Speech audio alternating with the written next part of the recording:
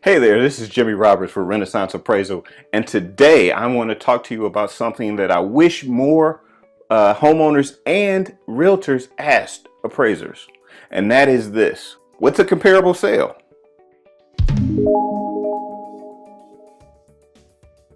I know it seems like such a basic thing, especially considering that 90% of the properties that we evaluate are based on the sales comparison approach.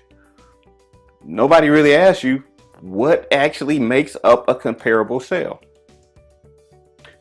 In this video, we're going to address that, okay? So here we go. First off, let's just do a quick recap. The primary means for evaluating single-family residential properties in the United States and probably throughout the world is the sales comparison approach. What that means is appraisers go out and try to find properties that are as similar as possible to the subject property, i.e. the property they're appraising, to compare them. Okay, so say for instance I'm in a subdivision. The home is a 2-story colonial home. It was built somewhere in 1970. Okay, and it's in a subdivision of similarly sized properties, similarly designed properties. Okay, now this property is approximately, let's call it 2,000 square feet, and it's up for sale now.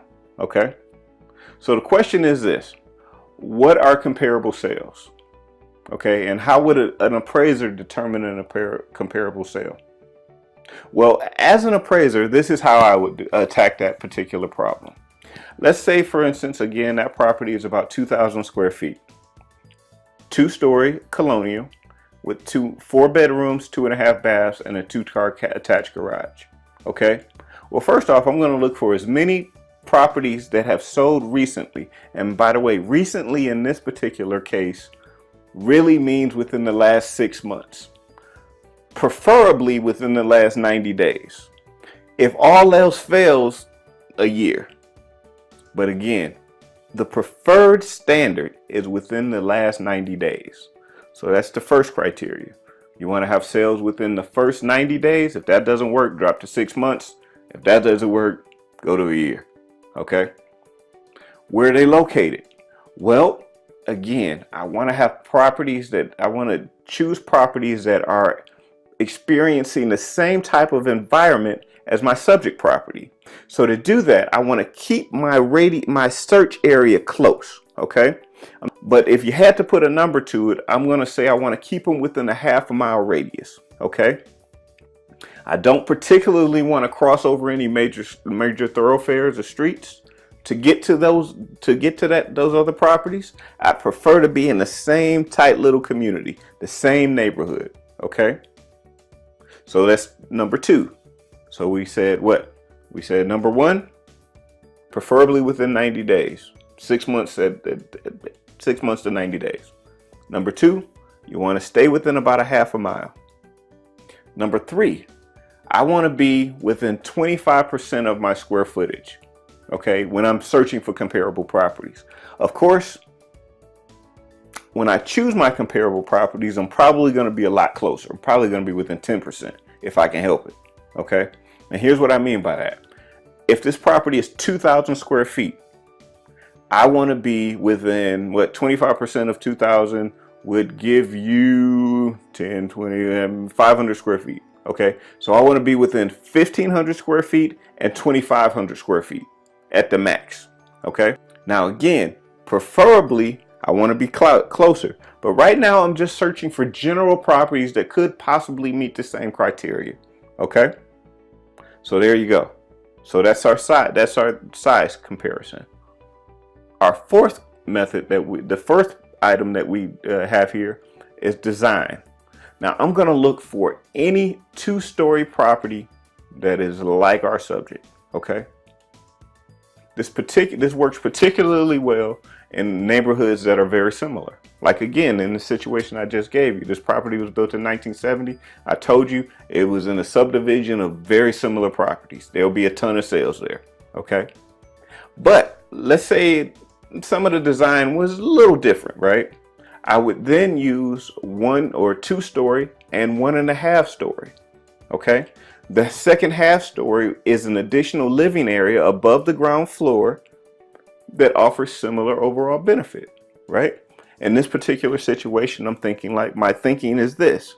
Well, if all the bedrooms are on the second floor, as they typically are in a 2-story colonial, and in a 1.5 bathroom or 1.5 story property, there's at least 1 bedroom on the second floor, probably more, then you have similar overall functionality. If you want to get to that bedroom, you got to go up some stairs. That's it. Okay. I wouldn't necessarily compare a ranch property with a 2-story or 1.5 story property for the same reason, right? Because I know that as our population ages and generations get older, they like ranch properties, right? Why do they like ranch properties? Because everything's on the same floor, right? You got your bedrooms, your bathrooms, your laundry room, and in some cases, you got your kitchen. Everything's all on one floor. Don't have to worry about going up and down stairs, right? Well, if I have a single family property that's a ranch property that I'm appraising, well, it needs to have the same type of characteristics, right? Going up and down stairs, it affects people differently. The person that is running up and down stairs may not be the same person, doesn't want to run up and down stairs for whatever reason. Okay? So we try to keep our designs the same. But now here's the next big one. The next big one is school district. Now that's one we don't really talk much about because it's kind of assumed. But school district is very, very, very important. Here's why it's so important. School districts affect your taxes. School districts affect the overall appeal of an overall area, of a general area. Okay? There are people who move from one section of town to another just to be in a better school district. Okay? School district is very, very important. Okay? But the point is, our general criteria are those that we just presented. And I'm going to put them up for you right here so that you can write them down again. So here we go. First and foremost, we want to be within preferably 6 months. 1. 2, you want to be within a half mile if at all possible. If that doesn't work, push it to a mile. But do everything you can to stay within major boundaries. Okay? 2. 3, you want to have square footage within 25% plus or minus of the subject square footage. 4, you want to have the same design and or architecture. 5, you want to have the same school district. Okay? If you do that, if you use those criteria, you'll never need to worry about again what a comparable property is and why an appraiser chose to use one property versus another. It really simplifies things. Okay. Now, that was for everybody. That was for my homeowners and for my realtors. Now, for my realtor buddies, here's a little tip. And this is one of the things that you got to understand. As appraisers, those guidelines that I just gave to you are guidelines that we use to provide a better appraisal product for sure.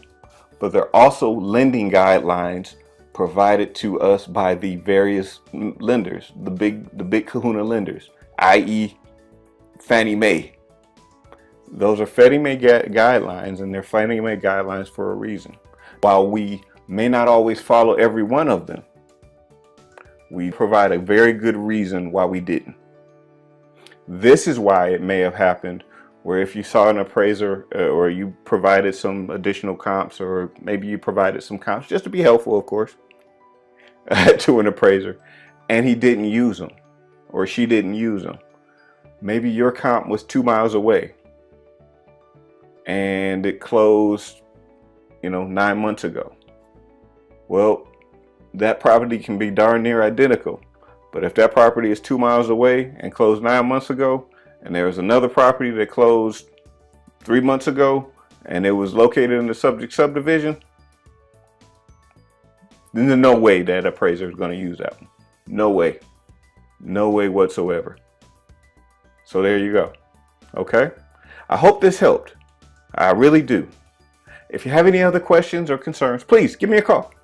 Renaissance Appraisal, we're happy to help.